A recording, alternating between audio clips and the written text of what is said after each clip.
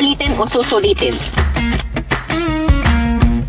Kaya, uulitin. In fairness, Kita namin ang fried siopaw. Dahil wala pa akong kinakain buong araw, bili tayo ng fried siopaw. At sige, ano na lang, pork asado. Ano lang, dalawang pork asado. Ay, hindi, tatlohin mo na pala yung pork asado. Oo. Ay, sige, sorry. Ilanan yan? 8 ha. Ano na lang, 4 na pork asado na. Miss, padagdag na lang akong bola-bola with kutsay. Para sakto halos. For a 12-16.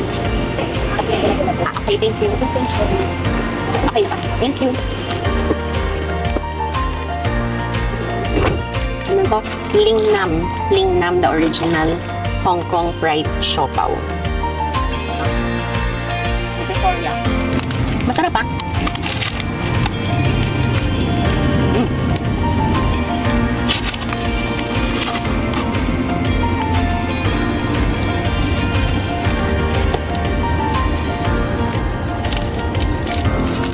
Masarap siya.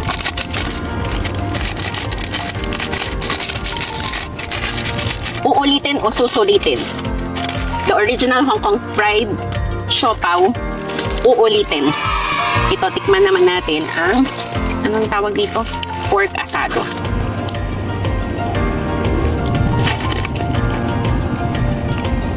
Ito din, uulitin din to.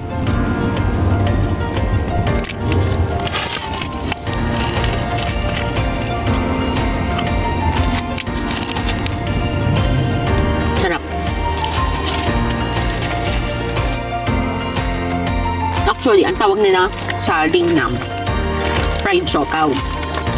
Pero I think, pag sa Divisoria to, parang hindi may may favorite dun sa may Divisoria. May one luna. Ang tawag nila toasted siopaw.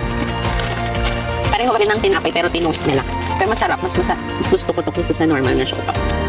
Kaya, uulitin ang verdict natin sa Lingnam Hong Kong style fried siopaw. Natikman ko yung dalawang flavors, yung pork bola-bola with kutsay and pork asado. So yun lang ang masasabi ko. Uulit-ulitin. Thank you. Bye. in fairness.